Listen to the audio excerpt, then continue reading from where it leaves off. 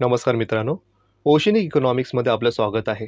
महाराष्ट्राची यशोगाथा या विशेष भागामध्ये आपण आज अशा अवलियाबद्दल विचार विनिमय करणार आहोत, ज्याच्या कार्यकर्तृत्वास जिवंतपणी रास्त दाद न मिळाली, मात्र मरणानंतर त्रिखंडामध्ये नावलौकिक प्राप्त झालेले असंख्य कलावंत या जगाने पाहिले आहेत.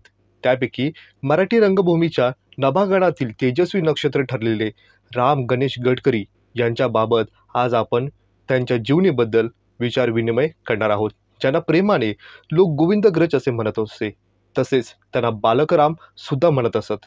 अशाच अवलिया, अशा कमनशिबी प्रज्ञावंतांपैकी एक ह्या थोर राम गणेश गडकरी यांच्याबाबत घटना घडलेल्या आहेत. राम गणेश गडकरी हे श्रेष्ठ नाटककार, विनोदकार आणि कवी म्हणून संबोधले जातात. त्यांनी कविता लेखन गोविंदग्रज या नावाने केले, तसेच विनोद लेखन हे बालकराम या नावाने सुद्धा त्यांनी केले.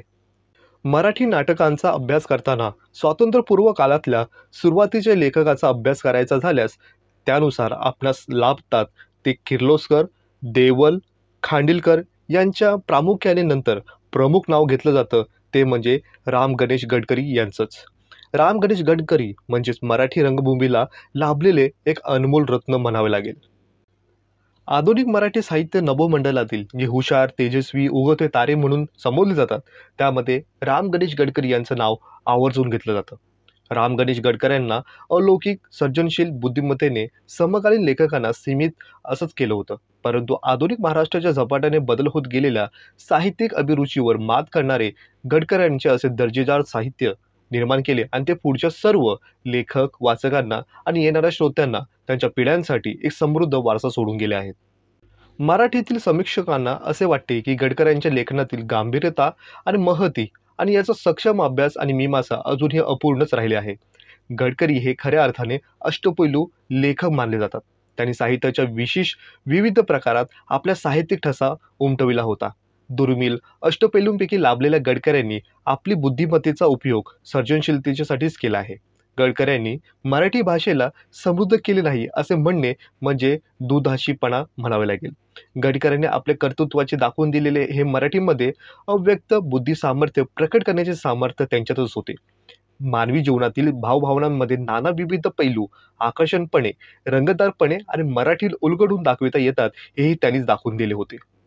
राम गणेश गडकरी यांनी दोन प्रामुख्याने साहित्य प्रेमाने हाताळले होते, ते म्हणजे एक कविता आणि दुसरं म्हणजे नाटक.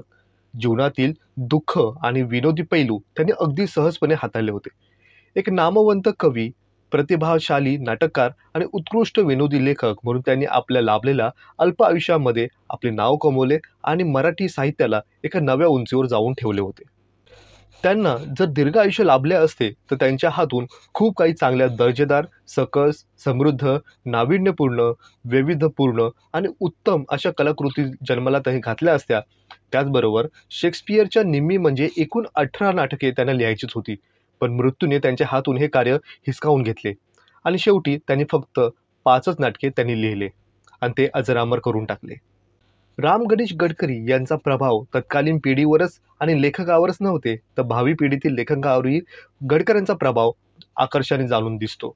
मराठीतील ख्यातनाम कवी, आधुनिक काळातील प्रख्यात नाटककार आणि ज्ञानपीठ पारितोषिक विजेते कुसुमाग्रज यांच्यावरही त्यांच्या सुरुवातीच्या काळामध्ये गडकऱ्यांचा प्रभाव होता, अशी त्यांनी मनोभावना कुसुमाग्रजांनी व्यक्त केली होती. मराठी साहित्यातील राम गणेश गडकरी यांच्या कविता, नाटके आणि विनोद लेखन यांचं खूप मोठं योगदान आहेच. त्याचबरोबर त्यांनी दखल घेतल्याशिवाय हा आढावा साहित्य क्षेत्राच्या म्हणजे विशेषतः मराठी साहित्य क्षेत्राचा विकास पूर्ण होऊ शकत नाही. प्रेमसन्यास, एकच प्याला, भावबंधन ही नाटके लिहिताना गडकरी यांच्यासमोर आपल्या काळातले सामाजिक प्रश्न महत्त्वाचे त्यांनी या नाटकातून निर्माण केले. नाटक वाचताना तसे जाणवते सुद्धा, परंतु माणसाची जुळणारी तुटणारी नाती व त्यातले नाट्य गडकरी यांनी नाटकातून मांडावेसे त्यांना वाटले. एकच प्याला या नाटकामध्ये कर्तबगार, स्वाभिमानी माणसाची शोकांतिका त्यांना दाखवायची होती. या नाटकातला तलेराम आणि त्यांचे विनोद विशेष गाजले होते.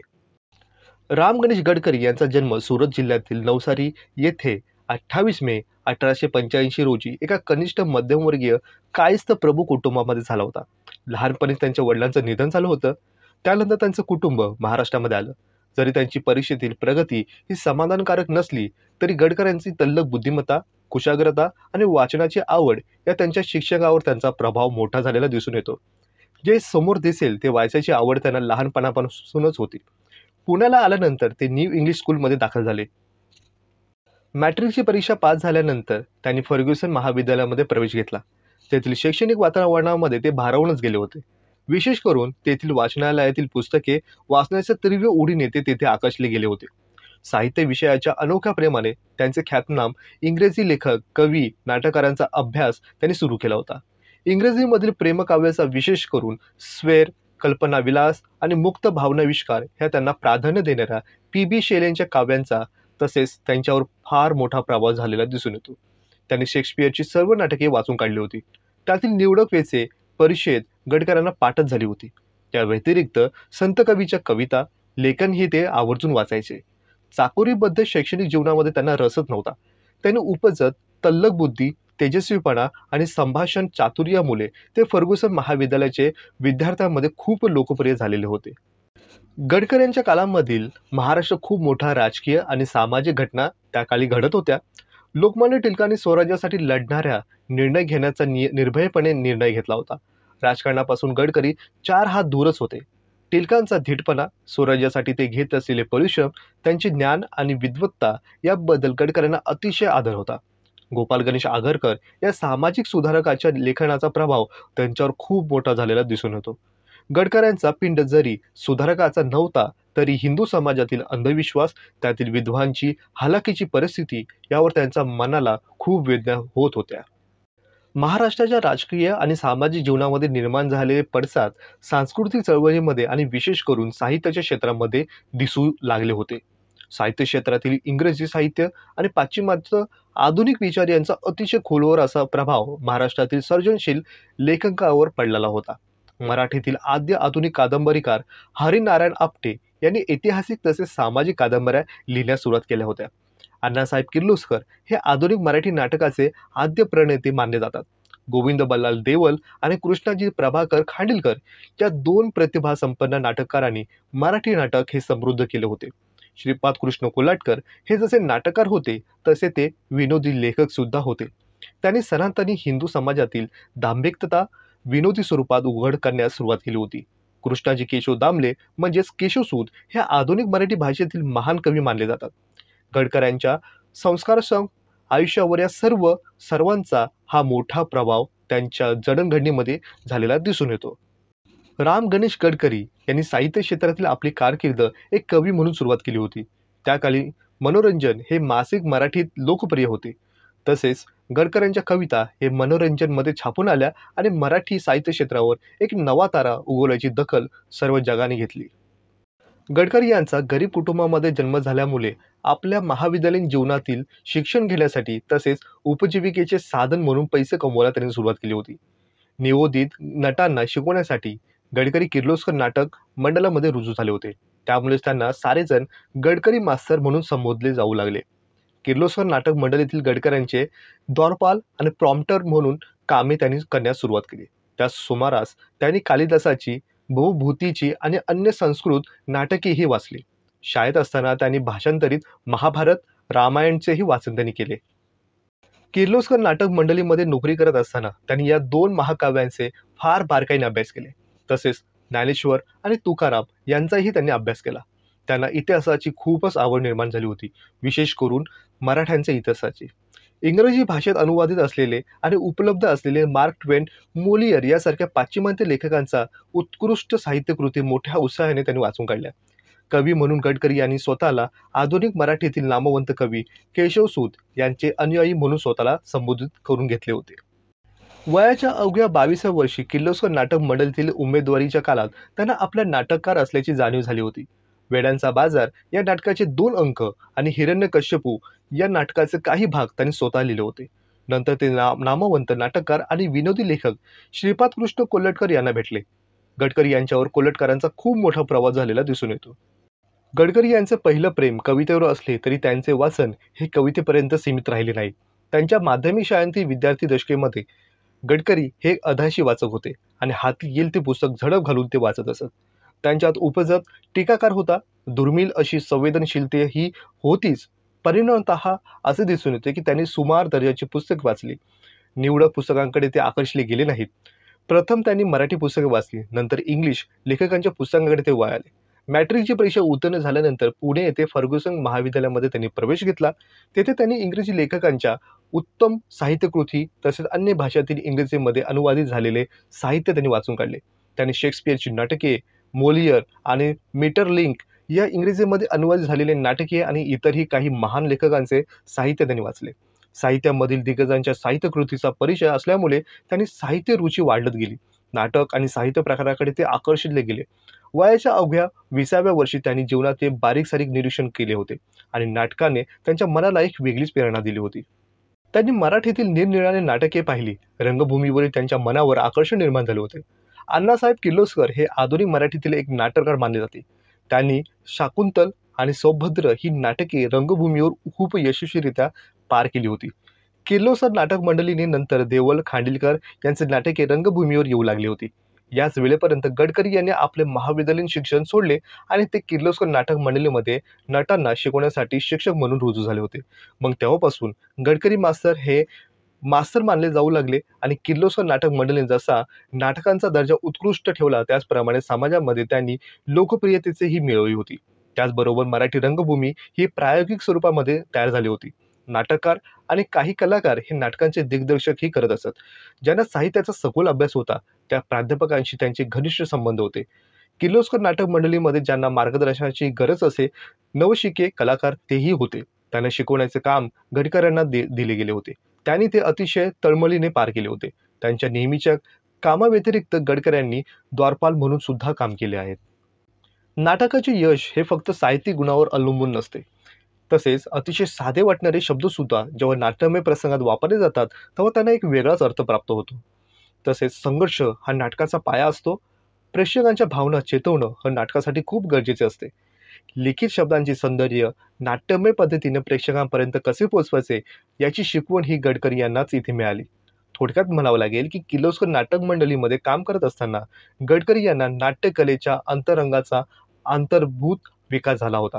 याचवेळी गडकरी यांनी शेक्सपियर आणि मोलियर यांचे नाटके सुद्धा पुन्हा एकदा वाचली आणि कॉलेज जीवनातील वाचन कलेला वाचलेल्या त्या नाटकाचा अर्थ त्यांना आता नव्याने समजू लागला होता. अशा रीतीने गडकरी नाटकात अधिकच गुंतून गेले होते. तसेच मराठी रंगभूमीला भक्कम योगदान देण्यासाठी त्यांना सामर्थ्य मिळाले. गडकरी यांनी आपल्या मनातल्या या भावना कवितेतून व्यक्त केल्या. त्यांच्यासाठी फक्त व्यक्त होणे हे जितकं महत्त्वाचं होतं तसं इतरांशी संवाद साधणे हे सुद्धा महत्त्वाचं त्यांनी मानलं. गडकरी यांनी जाणले होते की लोकांपर्यंत पोहोचण्यासाठी नाटक हे कवितेपेक्षा प्रभावी माध्यम मानलं जातं. मानवी स्वभावाचे विविध पैलू आणि मनुष्य जीवनातील संघर्ष त्यांना नाटकातून रंगवण्याची संधीही मिळणार होती. जीवनातील हास्यास्पद गोष्टींनी त्यांनी बारकाईने निरीक्षण केले होते. किर्लोस्कर नाटक मंडळीमध्ये काम करत असताना त्यांनी विविध प्रकारचे तरेवाईक माणसे पाहिली होती. त्यांची विचारशैलीही पाहिली होती. त्यातली काही तर भावनांनी भारावून गेलेली जीवनकला आणि यातील फरक विसरून गेले होते. गडकरी यांनी मोलियर वाचला होता आणि त्यांच्या नाटकातील पात्रांप्रमाणे छानदिष्ट माणसे ही सभोवताली पाहिली होती. त्यांना वाटले की या अनुभवावर आधारित एखादे मनोरंजन नाटक ते लिहू शकतील आणि वयाच्या 22व्या वर्षी त्यांनी विनोदी नाटक लिहिण्याचा प्रयत्न केला. वेड्यांचा बाजार या नाटकाचे 2 अंक त्यांनी लिहिले. या नाटकाची लेखमाला रंगभूमी या मासिकात छापून आली होती. गडकरी 1905 मध्ये मॅट्रिक पास झाले. गणित, मराठी, इंग्रजी, संस्कृत या विषयांवर त्यांची प्रभुत्व होते. फर्ग्युसन महाविद्यालयामध्ये BA साठी त्यांनी प्रवेश घेतला. व्यवस्थित शिकून घराची जबाबदारी सांभाळावी अशी जगातल्या सर्वच आईप्रमाणे त्यांच्याही आईची ही इच्छा होती. पण त्यांचे वेड हे नाटकाकडे जास्तच होते. त्यामुळे त्यांच्या आईने त्यांचे लग्न लावून दिले. तरीही मुलगा घराकडे लक्ष देईल असे त्यांना वाटत होते. परंतु गडकरी यांचा विवाह झाला पण तो काही काळ टिकला नाही. त्यांची पत्नी त्यांना सोडून गेली. तरुणपणामध्ये अविरत चहा, विडीबरोबरच आणखी कुठलं व्यसन अगर गडकरी यांना जडलं असेल ते म्हणजे वाचनाचे. गडकरी यांना अफाट वाचनाची आवड लागली होती. खगोल, गणिताच्या बरोबरच संस्कृत ग्रंथापासून कवी कालिदासापर्यंत, मेघदूतापर्यंत तसेच भारतीय तत्वज्ञान, शास्त्रे, पुराणापासून ते पाश्चिमात्य साहित्यापर्यंत सर्व दूर त्यांची मजल गेली होती. कालिदास, भास, शूद्रकाबरोबरच शेक्सपियर, मोलियर, मिल्टन, मॅकॉलेही हे त्यांना अवगत होत्या. जगभरातला प्रमुख कवी, नाटककार, निबंधकार, तत्वज्ञानाच्या अभावामुळे, अभ्यासामुळे जगाकडे पाहण्याचा दृष्टिकोन त्यांचा अधिकच बलकट होत गेला होता. त्यांच्या अंगी लाभलेली बुद्धीची तेज हे महत्त्वपूर्ण ठरते. त्याशिवाय इतक्या कमी वयातच इतकं विपुल काव्यसंग्रह, ललितलेख, निबंध, टीकालेख, मुलांसाठी नाटुकल्या आणि याशिवाय नाटके लिहिणे हे त्यांना शक्य झाले असेल. त्यामुळेच त्यांचं शब्दभांडार किती अमाप होतं, विपुल होतं याची प्रचिती नक्कीच येते. अफाट बुद्धिमत्ता, अचाट वाचन, परिस्थितीला योग्य साथ देत नसते हे गडकरी यांचं आयुष्य पाहिल्यानंतर दिसून येतं. माणसाला काय यातना सहन कराव्या लागत असतात. गडकरी यांचे चरित्र हे अभ्यासल्यानंतर वाचकांना लक्षात नक्कीच येईल. नाटकाच्या प्रेमाखातील त्यांनी किर्लोस्कर कंपनीमध्ये कसाबसा प्रवेश मिळवला. किर्लोस्कर कंपनीचे व्यवस्थापक शंकरराव मुजुमदार यांचा मुलगा श्रीधर हा गडकरी यांचा कॉलेज मित्र होता. गडकरींनी शाळा कॉलेजापासून कविता रचण्याचा, लिहिण्याचा त्यांना आनंद मिळत असे हे शंकररावांना माहीत होते. त्यामुळे त्यांनी गडकरी यांना किर्लोस्कर यांच्या रंगभूमी मासिकासाठी लिखाणाची संधी दिली आणि गडकरी हे किर्लोस्करमध्ये नोकरीला लागले. द्वारपाल म्हणून ते रुजू झाले आणि त्यांना महिना 12 रुपये पगार मिळत असे. 1909 ते 1918 या कालखंडामध्ये गडकरी यांनी गोविंदग्रज या टोपणनावाने काव्यलेखन केले. सुमारे 150 ते 160 हे कविता त्यांनी लिहिल्या. वाघे जयंती हा त्यांचा काव्यसंग्रह त्यांच्या निधनानंतर 1921 मध्ये प्रकाशित झाला होता. गोविंदग्रजांनी केशवसुतांचे काव्यगुरू मानले होते. केशवसुतांच्या तुतारी, हरपलेले शेय या बंडखोर आशय मांडणाऱ्या कविता तसेच गूढ गुंजपर कवितांचा प्रभाव गोविंदग्रजावर झालेला दिसून येतो. गोविंदग्रजांनी अनेक विषयावर कविता लिहिल्या. काव्य, निसर्ग, प्रेम, गूढगुंजन, विनोद, समाज इत्यादी अनेक विषयावर कविता केल्या. परंतु खऱ्या अर्थाने त्यांच्यावर कवितेचे दर्शन प्रेमकविता, त्यातून ही एका विफल प्रेमकवितेतून घडलेले दिसून येते. बालकराम या टोपण नावाने त्यांनी केलेले विनोदी लेखन मासिक मनोरंजनातून 1913 ते 1915 या कालखंडामध्ये छापून आले. पुढे ते रिकामपणाची कामगिरी 1921 मध्ये हे पुस्तका रूपाने प्रसिद्ध झाले. 1925 साली त्यांचे समग्र विनोदी लेखन संपूर्ण बालकराम मध्ये संग्रहित झाले.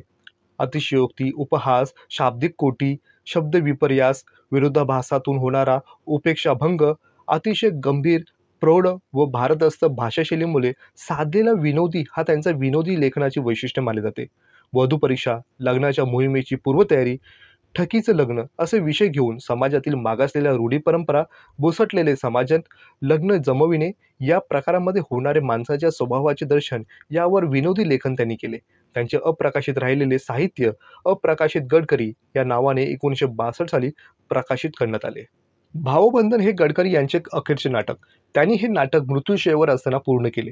एका खलनायकाच्या तावडीतून एक म्हातारा सापडला तर काय होईल या कल्प भावनेतून वरवर पाहता विनोदाच्या अंगाने जाणारी ही शोकांतिका गडकरी यांनी लिहिली. या नाटकातील घनश्याम हा गडकरी यांना उभा केलेला शेवटचा खलनायक. गडकरी यांना एकूण नाटकांपैकी खलनायकाचे चित्रण अतिशय भडक, एकांकी, खलनायक स्वरूपाचा, खलनायकाचा माणूस म्हणून विचार हा अतिशय शांत डोक्याने आपल्याला जे काय करायचे आहे ते कळणारा खलनायक अशा दृष्टिकोनातून झालेला दिसून येतो. नाटकाचे प्रयोग डोळ्यासमोर ठेवून त्यांनी लेखन कधीच केले नाही. नाटककारांमधील लेखकाचे अंग, कल्पनाशक्तीचा विलास या दोन घटकाचा त्यांनी नाट्यलेखनामध्ये महत्त्व दिलेले जाणवत असते. त्यांच्या नाटकांमध्ये दृष्टांपेक्षा शब्दांना अधिक महत्त्व दिलेले दिसून येतात. त्यांची नाटके लांबलचक, पल्लेदार आहेत. पुण्यप्रभाव या नाटकांमधील त्यांची प्रतिवृत्ती पुन्हाही मांडली आहे. राजसन्यास या नाटकामध्ये संभाजींचा नुसता पराक्रम दाखवला नव्हता, तर संभाजी यांचे प्रेम आणि राजसन्यासमध्ये दाखवलेले त्यांचे कर्तृत्व मोठे आकर्षित करतात. वेड्यांचा बाजार हे त्यांनी लिहिलेले शब्दप्रहण होय आणि अत्रे या साष्टांग नमस्कार हे नाटक वाचताना गडकरी यांचे वेड्यांचा बाजार हे नाटक आठवत असतात. आचार्य अत्रे यांनी गडकरी यांचे गुरुस्थानी मानलेच होते. राम गणेश गडकरी यांचं आयुष्य हे सर्वसामान्यच राहिलं होतं. त्यांच्या आयुष्यातील सर्वात मोठी घटना म्हणजे त्यांनी केलेले लेखन. आपलं वैयक्तिक आयुष्य निरस आणि सामान्यपणे जगण्यापेक्षा स्वप्नांच्या राज्यात व्यतीत करणं त्यांनी नेहमीच पसंत केले. ते आदर्शासारखे वाचत करत राहिले. जीवनाचे निरीक्षण आणि ग्रहण बारकाईने करत राहिले.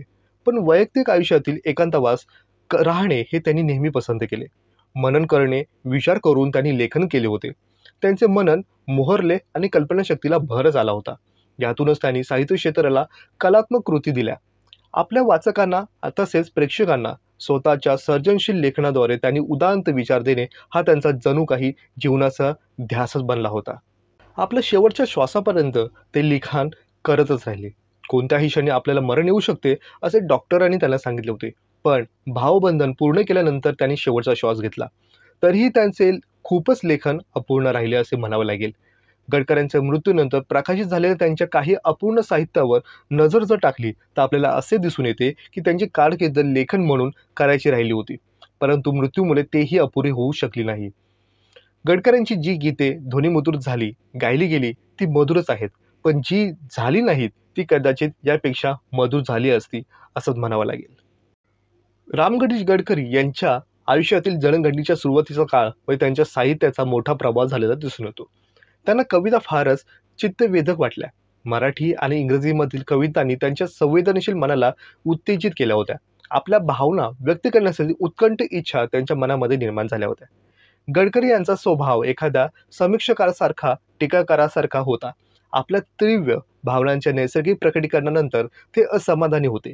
आपल्या भावना एकत्र गोळा करून त्यांच्याकडे स्थिर चित्ताने पाहून त्यांना अनुभवाच्या अलिप्तपणे सामोरे जाण्याची परिपक्वता लहान वयातच त्यांच्याकडे आली होती. जीवनात आलेल्या विविध अनुभवांना लेखनाद्वारे अभिव्यक्ती देण्याने त्या लेखनावर आपले प्रभुत्व करणे हे त्यांना गरजेचे वाटू लागले होते. तरी देखील लहान वयातच त्यांनी लिहिलेल्या पद्यांपैकी केवळ एकच तुकडा आज उपलब्ध आहे.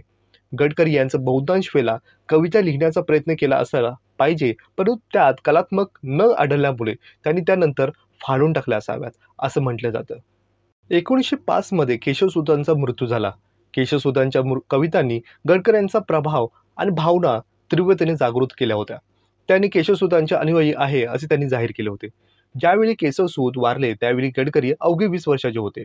साहजिकच सुरुवातीच्या काळामध्ये त्यांनी केशवसुतांचे अनुकरण केले आणि गडकरी आणि त्यांचे 2 मित्र म्हणजेच टी.एस. कारखानीस आणि जी.एन. टिपणीस हे केशवसुतांचे चाहते होते. त्यांनी पुण्यात तुतारी मंडळ स्थापन केले. केशवसुतांच्या समान आणि मानवी मूल्यावर आधारित परंपरा पुढे नेण्यासाठी त्यांनी तुतारीचे रणशिंग फुंकले होते. केशवसूत गेलेत का हा कवितेतील त्यांचा प्रशंसा करताना गडकरी म्हणाले की केशवसुतांनी आपल्या कवितातून समाजात जनजागृती निर्माण केली. गडकऱ्यांनी जाहीर केले की केशवसूत जरी गेले असले तरी त्यांची कविता अमर राहील आणि कवितेतून ते आपल्यास नेहमीच भेटत राहतील. गडकऱ्यांनी गोविंदाग्रजच्या टोपण नावाने कविता लिहिण्यास सुरुवात केली. त्यांच्या दसरा या प्रसिद्ध कवितेत केशवसुतांच्या सामाजिक सुधारणेच्या कल्पनेबद्दलचा प्रतिध्वनी व्यक्त होताना दिसून येतो. गडकऱ्यांनी लिहिलेल्या कवी आणि कैदी या कवितेत त्यांनी स्वातंत्र्याची विनवणी केली आहे. अजून एका कवितेत परंपरेच्या बंधनातून कवीच्या होणाऱ्या घुसमटीचा निषेध व्यक्त करण्यास आला आहे. गडकऱ्यांनी जरी केशवसुतांचे कौतुक होते तरी क्रांतिकारकासारखा त्यांचा पिंड नव्हताच. सामाजिक सुधारणा व्हायला हव्यात अशा उदार माती विचारसरणीने ते जरी होते तरी सुद्धा वृत्तीने ते बंडखोर नव्हते. त्यामुळेच पुढे मोठ्या उत्साहाने स्थापन केले तुतारी मंडळ बंद करण्याची वेळ त्यांच्यावर आली. गडकरी हे मराठीतील पहिले असे कवी म्हणावे लागतील ज्यांनी प्रेमावर खूप कविता लिहिल्या आहेत, ज्यात त्यांनी प्रेमिकांच्या मनस्वीचे खूप रंग रेखाटलेले आहेत. खूप लहान वयातच ज्या समाजात मुलींची लग्न होतात अशा सनातनी हिंदू समाजात गडकरी राहत होते. गडकऱ्यांचे प्रेमकविता हे वेगळ्या मनस्थितीत त्यांनी लिहिलेल्या दिसून येते. त्यांनी कवितेतून प्रेमाची उत्कंठता, वेदना या छान त्यांनी वर्णन केले आहे. मुरली या कवितेतून त्यांनी प्रेमाच्या उत्कंठेचे वर्णन केले आहे. या कवितेतून गडकऱ्यांनी राधेची कृष्णाप्रती असलेली प्रीती आणि भक्ती या दोन्ही भावनांचे छान मिश्रण केलेले आहे. तुझी बासरी ऐकणे ही माझी एकमेव इच्छा आहे, कृष्णा असे राधा या कवितेतून म्हणते. कृष्णाच्या मुरलीने भारावून जाणाऱ्या स्वर्गीय सुखांचा अनुभव घेणाऱ्या राधेची उत्कंठता या कवितेतून गडकरी यांनी दाखवून दिलेली आहे. गडकरी यांनी काही सुंदर प्रेमकविता लिहिल्या ज्यात आनंदी मनस्थितीचे वर्णन सुद्धा त्यांनी केले आहे. गुलाबी कोडे ही अशीच एक प्रेमकविता ज्यामध्ये त्यांनी शृंगारिक कल्पनेने यथायोग्य वर्णन केलेले दिसून येतात. एका प्रेमदेवाच्या लक्षात येते की सूर्य जरी पश्चिमेला मावळला असला तरी पश्चिमेप्रमाणेच पूर्वेलाही लालिमा पसरली आहे.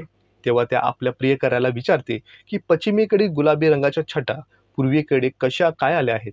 तिचा प्रियकर आनंदाने हसत तिला सांगतो की हे कोडे सहजपणे सोडू शकतो. असे कुजबुजत स्पष्टीकरण देत तो तिच्या गालाचे चुंबन घेतो आणि जेव्हा प्रेमिका लाजते तेव्हा तो चेष्टेने तिला विचारतो, मी तुझ्या उजव्या गालाचे चुंबन घेतले मग तुझे दोन्ही गाल का बरे आरस झाले. आणि अशा तऱ्हेने ते गुलाबी कोडे तो सोडवितो. कवितेचा आनंद शेवट करताना कवी म्हणतो की प्रेमी युगल या पद्धतीने गुलाबी कोडे सोडवित असतात. गडकरी यांनी आपल्या प्रेमकवितेमध्ये प्रेमाची उत्कंठता वर्णिली आहे, तरीही बहुतांश कवितांमध्ये ते प्रेमिकांच्या विरहाचे गाणे गातात. गोप हे त्यांचे एक सुंदर गीत आहे ज्यामध्ये प्रेमी एकमेकात प्रेमाच्या धाग्याचे कसे गुंफले जातात याचे त्यांनी वर्णन केले आहेत. परंतु आनंद काही फार काळ टिकत नाही आणि परिस्थिती या प्रेमिकांना त्या बंधनातून मुक्त करते. अपरिहार्यपणे वेगळे होण्याच्या कठोर वास्तवाला त्यांना सामोरे जावे लागतात. यातून हे त्यांनी प्रकट केले आहे. गडकरी यांनी सुरुवातीच्या प्रेम कवितेमधून अधूनमधून मनाच्या खिन्नतेचे वर्णन केले आहे. एका शृंगारिक मनाचे अनुभवले खिन्नता त्यात त्यांनी दिसून टाकले आहेत. यामध्ये चिंतेबरोबरच अधूनमधून एकाकीपणाची भावनाही डोकावीत असते असे दिसून येते. परंतु ही मनस्थिती फार काळ टिकली नाही. 1914 नंतर लिहिलेल्या कवितांमध्ये त्यांच्या कवितेमधून निराशेची भावना जास्त प्रकट झालेली दिसून येते. कवी शैलेप्रमाणे गडकऱ्यांना वाटायचे की दुःखद भावना सुमधुर गीतांना जन्म देत असते. गडकरी यांनी सुरुवातीच्या प्रेम कवितेमधून अधूनमधून मनाच्या खिन्नतेचे वर्णन केले आहे. एका शृंगारिक मनाचे अनुभवले खिन्नता त्यात त्यांनी दिसून टाकले आहेत. यामध्ये चिंतेबरोबरच अधूनमधून एकाकीपणाची भावनाही डोकावीत असते असे दिसून येते. परंतु ही मनस्थिती फार काळ टिकली नाही. 1914 नंतर लिहिलेल्या कवितांमध्ये त्यांच्या कवितेमधून निराशेची भावना जास्त प्रकट झालेली दिसून येते. कवी शैलेप्रमाणे गडकऱ्यांना वाटायचे की दुःखद भावना सुमधुर गीतांना जन्म देत असते. प्रेम आणि मरण ही गडकरी यांच्या कवितेतील सर्वोत्तम कवितांपैकी एक मानली जाते. या कवितेमध्ये प्रेमिकाच्या हृदयातील प्रेमाची वेदना आणि त्याची पूर्ती याचे रूपकात्मक वर्णन त्यांनी केले आहे. आणि तेही केवळ एका क्षणात, जेव्हा प्रेमाची परस्पर कबुली देऊन पूर्ती होते त्या क्षणी मरण सुद्धा येते असे त्यांच्या या कवितेतून प्रकट होते. गडकरी यांनी तत्वज्ञान व्यक्त करणाऱ्या कविता सुद्धा लिहिल्या आहेत. त्यामध्ये घरासमोर असणाऱ्या पिंपलाच्या पानाची सळसळ ते पाहून एक कविता लिहितात, ती म्हणजे हलता पिंपल पानास. ही कविता त्यांनी लिहिलेली आणि अजरामर झालेली दिसून येते. गडकरी हे धार्मिक वृत्तीचे ग्रहस्थ होते. त्यांनी अनामिकेचे अभंग लिहिले. संत तुकारामाचा त्यांच्यावर खूप मोठा प्रभाव झालेला दिसून येतो. असे असले तरी त्यांनी तुकारामांच्या अभंगाचे अनुकरण अजिबात केले नाही. त्यांच्या अभंगातून ज्याप्रमाणे त्यांची भक्ती व्यक्त होते त्याचप्रमाणे या अभंगातून उत्कट आणि चित्तवेधक कल्पनाही व्यक्त होतात. गडकरी यांनी गंभीर विचारही वरवर पाहता खेळकर पद्धतीने व्यक्त केलेले आहेत. शेक्सपियरच्या त्यांच्या ॲज यू लाईक इट या नाटकात म्हटले आहे की जग हे एक रंगभूमी आहे आणि माणसाच्या आयुष्यातील विविध टप्प्यांचे वर्णन त्यांनी या नाटकामध्ये केलेले आहे. गडकरी यांनी त्यांच्या विरामचिन्हे या कवितेमधून स्वतःच्याच आयुष्यातील टप्प्यांचे वर्णन केलेले दिसून येतात. या कवितेमध्ये ते म्हणतात की ज्यावेळी मी लहान मूल होतो त्यावेळी सभोवताली उत्सुकतेने बघत होतो आणि बघितलेली प्रत्येक वस्तू मला हवी असायची. पण लवकरच ही बाल्यावस्था भावना ओसरत जाते. आयुष्यात अनेक ठिकाणी क्षणभर का होईना थांबायचे हे दर्शवणारी विरामचिन्हे माझ्या आयुष्यात आली. देव आहे का आणि आयुष्याचा अर्थ काय हे विचारतच आयुष्याची सुरुवात झाली आणि मग आयुष्यात प्रश्नचिन्हांची मालिका सुरू झालेली दिसून येते. गडकरींमध्ये असामान्य अशी बौद्धिक आकलन शक्ती होती. लहान वयातच त्यांनी सभोवतालचे जग हे सूक्ष्म दृष्टीने पाहिले होते. पुरुष आणि स्त्रियांच्या स्वभावातील उल्लेखनीय वैशिष्ट्यांमध्ये त्यांना आकलन होते. विविध अनुभवावर जात असताना त्यांना जाणवले की आयुष्य हे अतिशय गुंतागुंतीचे आणि विरोधाभास असलेले विसंगतीने भरलेले आहेत. गडकरींचे वाचन निवडक होते, पण ते अधाशासारखे वाचत असत. त्यांनी महान कवींचे, नाटककारांचे, विनोदी लेखकांचे अनेक पुस्तके पुन्हा पुन्हा वाचली. गडकरी यांच्याकडे अतिशय दुर्मिळ अशी विनोदबुद्धी होती. एक लेखक म्हणून त्यांच्याकडे असलेली नैसर्गिक आणि दैविक गुण वाढीस लागली होती. त्यांचे मन परिपक्व झाले तेव्हा त्यांच्या कल्पनाशक्तीचा फुमारे फुटले होते. मनापासून हसत असताना इतरांनाही हसवत असत. गडकरी यांनी आपल्या आयुष्यामध्ये असामान्य अशी हुशारीची तसेच लेखन कौशल्याची जाणीव त्यांना निर्माण झाली. जीवनातील दुःखांची जाणीव त्यांना झाली होती. दुःख कितीही तीव्र असले तरी विनोदामुळे ते सुसह्य करता येतात याच्यावर त्यांचा ठाम विश्वास होता. माणसांकडे हसण्याची आणि हसवण्याची शक्ती हे त्यांच्या आयुष्याचं वरदानच मानला जातो. त्यांचे स्वतःचे आयुष्य सुखापासून कोसू दूर होते आणि त्यांच्या मनाची दुःखी स्थितीही वर्णन करण्याच्या त्यांच्या कविता होत्या. तरीही त्यांच्या विनोदाची जाणीव त्यांना व्यक्तिमत्वाचा महत्त्वाचा पैलू मानला जातो. त्यांनी जीवनातील विसंगती आणि हास्यास्पद कृती या पाहिल्यानंतर त्यांच्याकडे पाहून हसण्याशिवाय शिकलं पाहिजे हे त्यांनी दिसून देतं. गडकरी यांनी श्रीपाद कृष्ण कोल्हटकरांचा आपला गुरु मानले होते. त्याने आपल्या विनोदी लेखनाने कौतुक केले होते.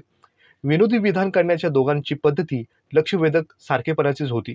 जो कोल्हटकरांचा सुदाम्याचे पोहे यात लक्षात येतो आणि दोघांमध्ये एक लक्षणीय फरकही दिसून येतो. कोल्हटकर हे सुधारणावादी होते, तर आपल्या कथाकथित धार्मिक परंपरा आणि सामाजिक चालीरीती यावर विनोदाचा वापर करून यामधील हास्यास्पद आणि विक्षिप्त गोष्टी त्यांनी उजेडात आणल्या होत्या. याच्या विरोधात गडकरी यांना सुधारणावादी दृष्टिकोन त्यांचा नव्हता व त्याने कधीही सामाजिक आणि धार्मिक चालीरीतींना खंडन करण्यासाठी विनोदाचा वापर केलाच नाही. सनातनी हिंदू समाजामध्ये आपला उपवर मुलीकरता नवरा शोधण्यासाठी तिच्या वडिलांना फार त्रास होत असे. हा विचार गडकरी यांनी 3 विनोदी लेखातून मांडला आणि त्यातून जी पातळी निर्माण झाली त्यातून लोकांनी त्यांचं कौतुक केलं.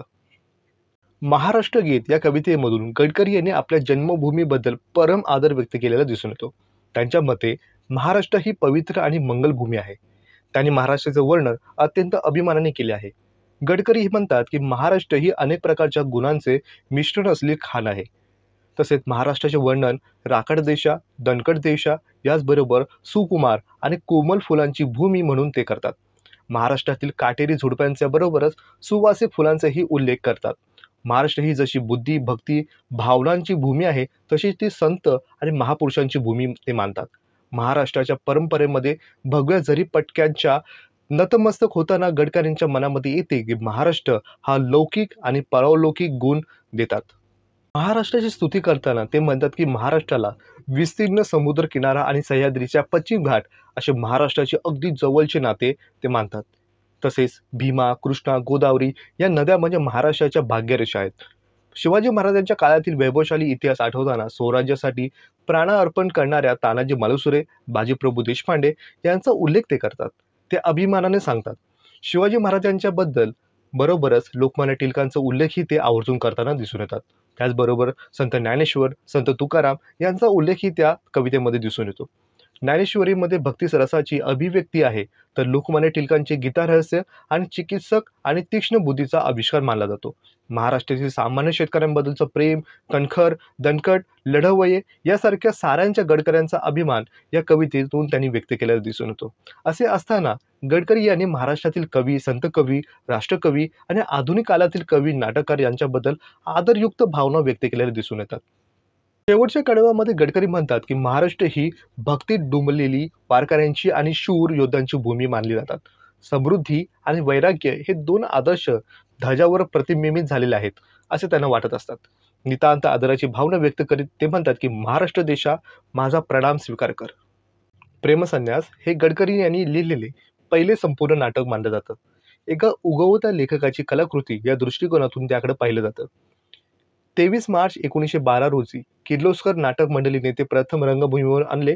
तसे मुंबई प्रांताबरोबरच पुणे, सोलापूर आणि अन्य महत्त्वाच्या शहरांमध्ये वर्षभरामध्ये 30हून अधिक प्रयोग झाले आणि नाटकाचे स्वागतही जनतेने मोठ्या उत्साहाने केले. गडकरी यांनी लिहिलेले दुसरे नाटक म्हणजेच प्रेमसन्यास. नाटकातील नायिकेचे नाव हे वसुंधरा होते. ती म्हणजे उदात्त गुण, निष्ठा याची प्रत्यक्ष मूर्तीच मानली जाते. वसुंधरेच्या मनात तीच नीच हेतू बाळगणाऱ्या वृंदावनवर तिच्याच गुणांचा, पवित्र्यांचा, निष्ठांचा आणि चारित्र्याचा दरारा निर्माण होतो. शेवटी तर त्यांच्या दृष्ट स्वभावाचे पूर्ण परिवर्तन होते. गडकरी यांना वाटते की हिंदू समाजातील स्त्री तिची राग करण्याची अमर्याद शक्ती आपल्या पतीवर अक्षय प्रेम, भक्ती या तिघांचा गुणांवर ती आयुष्यातील शुद्धतेचे, पावित्र्याचे प्रतीक आहे. गडकरी यांनी पूजनीय असलेले सर्व गुण वसुंधरेमध्ये एकवटले दिसून येतात. स्त्रीच्या उदात्त पवित्र चारित्र्याचा खलनायकावर होणारा परिणाम दाखवणे हा नाटकाचा मूळ विषय असल्याने नाटकातील कथावस्तूच्या विस्कळीतपणा, त्यात घडणाऱ्या अविश्वसनीय घटना असून सुद्धा नाटकाचा कलात्मक बंध एकसंध राहिलेला दिसून येतो. अल्पकाळातच पूर्ण प्रभाव लोकप्रिय झाले आणि नंतरचे अनेक वर्ष लोकप्रियता टिकून राहिली. स्त्रीचे शील व तिला आवडणाऱ्या अनेक गोष्टी यापैकी एकाची निवड या द्वंद्वाचे रेखाटन गडकरी यांनी अतिशय प्रभावीपणे केलेले दिसून येते आणि तेच या नाटकाचे यशाचे गमक मानले जाते. गडकरी यांनी लिहिलेले तिसरं महत्त्वपूर्ण नाटक म्हणजे राजसन्यास. राजसन्यासाची कल्पना गडकरी यांच्या मनामध्ये 1914 पासून सुरू झाली, तर 1916 पर्यंत त्यांचे लेखन हे सुरूच होते. गडकरी यांनी नाटकाची आणखी एक योजनापूर्वक केली होती, ती म्हणजे कारण या बाबतीत त्यांनी नोंद करून ठेवल्या होत्या की त्यांची वाचनाची त्यांच्या मित्रांनी केलेले होते. गडकरी यांनी पुन्हा पुन्हा उपलब्ध ऐतिहासिक कागदपत्र वाचन केले आणि नाटकाचे काही भाग लिहिले गेले होते. पहिल्या अंकातील 2 दृश्ये, 5व्या अंकातील 5 वृश्ये, 3ऱ्या अंकातील पहिल्या दृश्यातील एक गीत. दुर्दैवाने गडकरी यांनी राजसन्यास नाटक पूर्ण लिहू शकले नाही, परंतु जे काही भाग उपलब्ध आहेत त्यावर लक्षात येते की गडकरी यांनी जर का हे नाटक पूर्ण केले असते तर एका वेगळ्याच उंचीवर ते गेले असते. गडकरी लिहितात की हे नाटक तत्वांचे आणि ते मूलगामी तत्व म्हणजे राजांनी करावयाचे. राजसन्यास हे उत्कृष्ट लेखनशैलीपैकी एक मानलं जातं. यातील गद्याला सुंदर लय आहे. इंग्रजीमध्ये सादर करायचे असेल तर मुक्तछंद हे योग्य माध्यम आहे. राज्य संन्यासाला प्रचंड लोकप्रियता लाभली. समाजींची भूमिका करणाऱ्या प्रख्यात नटाला सुद्धा त्यातील अलंकारिक भाषेचा एक शब्दही गाळण्याची हिंमत होत नसे. गडकरी यांच्यामुळेच मराठी भाषा इतक्या श्रेष्ठ दर्जाची गेली होती की नंतरही कोणी त्यापेक्षा वरचढ झालेली नाही. राजसन्यास जेव्हा रंगभूमीवर आले तेव्हा महाराष्ट्राच्या वैभवशाली गती इतिहासाकडे प्रेक्षक ओढले गेले होते. स्मरणीय पात्राद्वारे गडकरी यांनी शौर्य, त्याग इत्यादी सद्गुण त्यांच्या कलात्मक शैलीने लिहिले होते. त्यामुळे प्रेक्षक मंत्रमुग्ध झाले होते. राजा आणि देश यासाठी संभाजींची पराकोटीची त्याग करण्यानी दिलेल्या प्रस्तावामुळे संभाजी यांना क्षणार्धात राजांची खरी कर्तव्य कोणती याची जाणीव होते. त्यांच्या हेही लक्षात येते की आपल्या जगण्यापेक्षा आपल्या मरणाने देशाची, जनतेची चांगली सेवा आपल्या हातून होऊ शकते. मृत संभाजी हा जिवंत संभाजीपेक्षा स्फूर्तिदायी ठरेल. गडकरी यांच्याकडून जरी हे नाटक अपूर्ण राहिले तरी जे काही अल्पलिखाण या नाटकांनी त्यांनी केले त्यातून त्यांना नाटकाला प्रतिष्ठा मिळवून दिली होती. पुढील नाटक हे म्हणजे एकच प्याला. एकच प्याला ही मराठी साहित्यातील एक सुंदर शोकांतिका आहे. गडकरी यांच्या साहित्यकृतीपैकी एकच प्याला ही सर्व उत्कृष्ट कलाकृतींमध्ये एक मानली जाते. 1919 मध्ये जेव्हा एकच प्याला हे नाटक प्रथम रंगभूमीवर आले तेव्हा त्यांनी अफाट लोकप्रियता मिळवली. नंतरची 50 वर्ष मिळवलेली लोकप्रियता या नाटकाने टिकून ठेवली. एकच प्याला हे मराठीतील एक यशस्वी नाटक मानले जातं. या व्यतिरिक्त हे नाटक म्हणजे मराठी साहित्यातील एक उत्कृष्ट साहित्यकृती ही संबोधली जाते. या नाटकातील मध्यवर्ती पात्र असलेल्या सुधाकरला ज्यांच्या सुरुवातीच्या आयुष्यात दारिद्र्य आणि इतर अनेक समस्यांविरोधात झगडावे लागते, तरीही तेजस्वी, बुद्धिमत्ता आणि काम करण्याची क्षमता आणि त्यांचा मित्र रामलाल यांनी पुढे केलेल्या मदतीचा हात यामुळे सर्व प्रतिकूल परिस्थितीवर मात करून तो एक यशस्वी वकील झालेला दिसून येतो. भावबंधन हे गडकरी यांनी लिहिलेले शेवटचे नाटक मानले जातं. 1918 मध्ये जेव्हा त्यांचे 3 अंक लिहून झाले त्याचवेळी त्यांची प्रकृती खराब व्हायला सुरुवात झाली होती. प्रकृती गंभीर असताना सुद्धा गडकरी लिहितच होते. 23 जानेवारी 1919च्या रात्री भावबंधनाचे शेवटचे दृश्य त्यांनी लिहिले आणि थोड्याच वेळात त्यांचे देहवासन झाले. गडकरी यांच्या दुःखांच्या काळामध्ये साहित्य हा त्यांचा विरंगुळा ठरला होता. भावबंधनाचे शेवटचे दृश्य लिहून संपेपर्यंतच त्यांनी मृत्यूलाही थांबवले होते.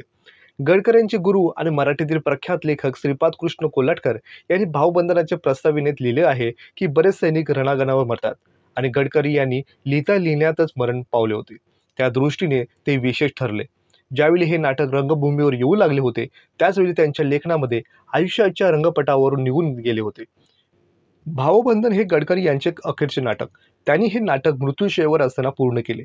एका खलनायकाच्या तावडीतून एक म्हातारा सापडला तर काय होईल या कल्पभावनेतून वरवर पाहता विनोदाच्या अंगाने जाणारी ही शोकांतिका गडकरी यांनी लिहिली. या नाटकातील घनश्याम हा गडकरी यांना उभा केलेला शेवटचा खलनायक.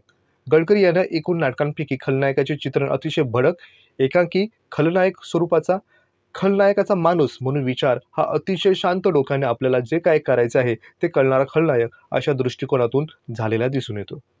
गडकरी यांनी लिहिलेले कविता, विनोदी लेखन तसेच मराठी साहित्यातील नाटक हे माध्यम त्यांच्या अलौकिक बुद्धिमत्तेला जास्त योग्य ठरले.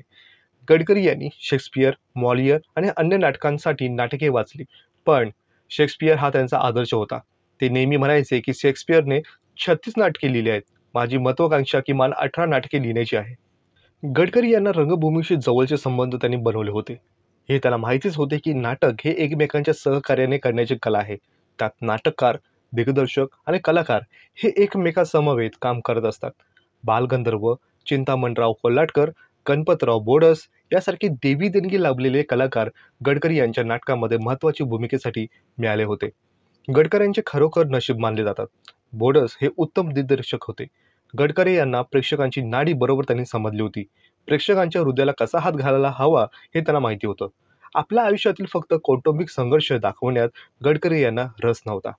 समाजातील स्त्री आणि पुरुष जेव्हा एखाद्या उदात्त आणि उच्च ध्येयासाठी जगतात तेव्हाच जीवन हे सार्थ होतं असं गडकरी यांचे विचार होते. म्हणूनच पुण्यप्रभावमधील वसुंधरा आपल्या शिलांच्या रक्षणासाठी कोणत्याही त्याग करायला सिद्ध होते, पण तिच्या मते स्त्रीचे शील हा तिचा मोठा ठेवा असतो. एकच प्यालामधील सिंधूला वाटते की स्त्रीने फक्त आपल्या नवऱ्यासाठी जगावे आणि मरावे. आर्य पतिव्रता या संकल्पनेनेच मूर्तिमंत रूप होते. राज्य संन्यासांमधील संभाजी तसेच त्यांना दुर्गुणासकट असे मानतो की राजा हा उदात्त आणि पूजनीय आहे. गडकरी यांना नाट्यकलेची चांगली समज होती. त्यांनी कधीही रसभंग होऊ दिला नाही. कथानकाचा विकास करताना त्यांनी रहस्यमयता कमी होऊ दिली नाही. काही महत्त्वाचे दृष्टांत गडकरी यांनी प्रेक्षकांच्या मनात जरी थोडे विचार विनिमय करायला लावले असले तरी नंतरच्या दृश्यांमध्ये गडकरी यांना हास्य विनोदाची निर्मिती करून त्यांचा प्रेक्षकांचा ताण त्यांनी हलका केलेला होता. तरीही गडकरी यांच्या नाटकामध्ये बरेच विस्कळीत धागे होते आणि त्यातील उपकथनामुळे मूळ कथा विषयाचा परिणाम उंचावलेला नाही असे दोष असून सुद्धा रंगतदार संवादामुळे आणि प्रेक्षकांच्या मोहिनी त्यांनी घातली होती. म्हणूनच आधुनिक काळातील टीकेचे सर्वसामान्य निकष त्यांच्या नाटकांना लाभले हे योग्य होणार नाही. गडकरी यांचे नाटक समजून घेण्याची तर गडकरी यांना ती लिहिण्यामागचा उद्देश समजून घ्यायला आपणास हवा. गडकरी यांचे नाटके हे कालाबरोबर टिकून आहेत. एका पाठोपाठ एक येणाऱ्या अनेक पिढ्यांमधील महान नट आणि नट्यांना गडकरी यांच्या नाटकात मुख्य भूमिका करणं मिळणं ह्या त्यांचा अभिमान वाटतो. आपल्या लेखणीद्वारे गडकरी यांनी दाखवून दिले की मराठीतून ही भन्नाट कल्पना, उदात्त विचार आणि मराठी भावनांचा सूक्ष्म भेद असलेल्या अनेक छटा उत्तम तऱ्हेने व्यक्त करता येतात. गडकरी यांनी असलेल्या कवी, नाटक लिहितानाही नेहमी हजर असायचाच आणि त्याचबरोबर विनोद लेखकही हजर असायला पाहिजे. म्हणूनच गडकरी यांच्या नाटकांनी महाराष्ट्रावर मोहिनी घातली हे नवल मानलं जाणार नाही. कारण आचार्य अत्रे, ज्ञानपीठ पुरस्कार विजेते वि. शिरवाडकर यांनी आपण गडकऱ्यांचे शिष्य आहोत असे त्यांनी सांगितले आहे. त्यांच्या लेखनशैलीचे, त्यांच्या मोठेपणाचे अनुकरण अनेक लेखक आणि विचारवंत करत आहेत. गडकरी हे शब्दांवर आधारित विनोद लिहू शकले. मराठीतील काही उत्तम कोट्या गडकरी यांनी साहित्यात विखरून ठेवल्या आहेत. गडकरी यांच्या नाटकामध्ये विनोदाचे प्रसंग हे विपुल प्रमाणात सापडते. या सर्वांवर कळस म्हणजे गडकरी यांनी पात्रांद्वारे निर्माण केलेले विनोद. तसेच विनोद लेखक म्हणून त्यांच्यावर नेहमी शिक्कामोर्तब झालेला दिसून येतो. गडकरी यांनी आयुष्याकडे कधीही टीकाकार म्हणून पाहिलेच नाही. आयुष्याकडे नेहमीच त्यांनी सहानुभूतीने पाहणारे ते निरीक्षक म्हणून राहिले. त्यांचा विनोद हा आयुष्यावर विचार, चिंतन आणि मनन करणाऱ्या प्रकारातला दिसून येतो. मराठी साहित्याच्या विविध प्रकारांमध्ये जसे ही नाटक, कविता, विनोद इत्यादीमध्ये गडकरी यांनी लक्षणीय योगदान दिले. त्यांनी मराठी भाषा समृद्ध केली. त्यांच्या आयुष्यातील एका दशकाच्या कालामध्ये साहित्य क्षेत्रामध्ये प्रचंड त्यांनी काम केलं. त्यांच्या मृत्यूने सुद्धा त्यांना महत्त्व कमी करू शकले नाहीत. तत्कालीन व नंतरच्या लेखकावर त्यांचा इतका प्रभाव वाढलेला दिसून येतो की आज ही मराठी कविता आणि मराठी रंगभूमीला त्यांची उणीव नेहमी भासत असते. साहित्यावरील त्यांची निष्ठांत आणि जगण्याची प्रेरणा दिसून येते. त्यांनी साहित्याला चांगलीच अभिरुची निर्माण केली होती. कालिदास, भवभूती, ज्ञानेश्वर, तुकाराम, शेक्सपियर, मोलियर यासारख्या महान लेखकांचे त्यांना कौतुक वाटते. गडकरी यांनी लेखन, विशेषतः नाटकातील त्यांची लांबलचक स्वगते, वेचे याचबरोबर त्यांच्या टीकाकारांनी त्यांच्यावर टीकाही केलेली दिसून येते. गडकरी यांनी आरोग्याकडे आपल्या कधीच लक्ष दिले नाही. ते नेहमी रात्री वाचन आणि लेखन करीत असे. नाट्य व्यवसायातील त्यांचं आयुष्य म्हणजे अनियमितपणे कळस होता. त्यामुळे त्यांची प्रकृती ढासळत गेली होती. त्यांच्या दुःखपणामध्ये भर घालणारी एक हा मोठा भाग मानला जातो. आपल्याच कल्पनेच्या राज्यामध्ये रमणारा हा एक अवलिया मानला जातो. त्यांनी दांभिकतेचा तिरस्कार केला. एवढेच काय तर सामान्य किंवा मूर्ख माणसं सहन करण्यापेक्षा त्यांना हे शक्यच नव्हते. मानवी जीवनातील विसंगतीने ते व्यथित होत असे. त्यांना एक कवितेत लिहिले होते की विसंगतीत राहण्यापेक्षा एकांकीपणा हा नेहमीच बरा. कोकिलेच्या अवेली गाण्यात त्यांना विरंगुळा सापडत असे. रात्रभर जागणाऱ्या घुबडाशी त्यांना जवळी वाटत असे. गडकरी यांना सभोवतालच्या जगाकडे पाहून वाटत असे की जगामध्ये सुखापेक्षा दुःख, प्रामाणिकपणापेक्षा दांभिकता, खरापेक्षा खोटेपणा, फुलापेक्षा काटे आणि सौंदर्यापेक्षा कुरूपता अधिकच आहे. भोवताली असणाऱ्या जगापेक्षा अधिक सुंदर जग असावे यासाठी ते संवेदनशील मन त्यांची तळमळत असे. राम गणेश गडकरी यांचे साहित्य हे जरी अल्प असले तरी मराठी मनावर त्यांचा प्रभाव हा अभूतपूर्व दिसून येतो. त्यांच्या मृत्यूनंतरही त्यांचे साहित्यावरील कार्य हे आजही टिकून आहे आणि ते अजरामर बनलेले आहेत. त्यांच्या कवितेमध्ये भावना आणि कल्पना यांची चमत्काराकृती एकाच वेळी येताना प्रत्येक प्रेक्षक श्रोत्यांना हे येताना प्रत्यय दिसून येतो.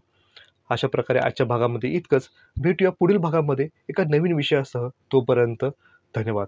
पाहत रहा ओशनिक इकॉनॉमिक्स.